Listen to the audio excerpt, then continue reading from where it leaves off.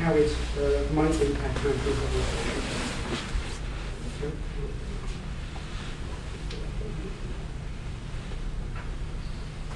Yes, thank you, Derek. What Derek has pointed out and what we have been focusing on right from the get-go is getting the water piece right.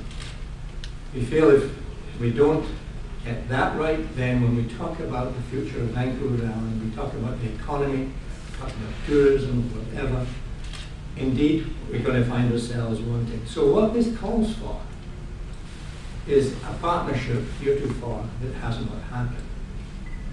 What we're looking at, and this will take, this is one step in a progression and a journey here, but to look at how we can get collaboration across Vancouver Island.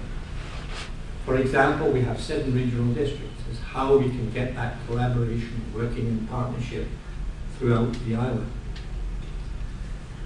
So when we look at this from the perspective of water as the vital link, water security is clearly that is the important piece. And just recently, and I'm sure you're perhaps aware of it, that the government had brought out a Water Sustainability Act. This was just released about a week ago, and the opportunity to comment is still there, and it's a comment up to the 15th of November on this document. So I urge you, if you haven't seen it, to take a good look at this and see where we go from here with that act. Clearly the Water Act was totally out of place in the sense of that it was a document of 40, 50 years ago. Now we're looking at upgrading that to the challenges that we face today. And the quotation I just wanted to take from this points us in the direction of the issues that we're facing. It says, given the pressures of a growing population, and apply this to Vancouver Island because this is what we're looking at on our vision for 50 years. Given the pressures of a growing population, a changing climate, and expanding development, we must take steps to ensure our supply of fresh, clean water is sustainable, not just to meet our needs today, but for generations to come.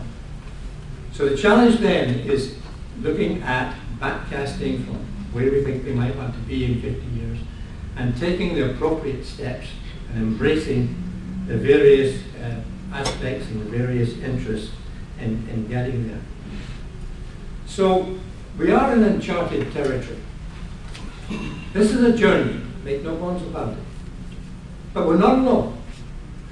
Things like this or activities like this are taking place, for example, in New Zealand, where they're trying to develop a national vision, recognizing that if it's not that sort of vision, we need to take the correct steps at this point in time. So really what we're talking about is the allocation for the common good, and as it's been through this conference, collaboration, collaboration, collaboration. And so what I would like to do is pass this over to Marianne, because what we have been doing is developing some real close and proactive relationships. And we're going to talk about those now, and they are stepping stones to what we talk about when we talk about our 50-year vision. So with that, Marianne, would you like to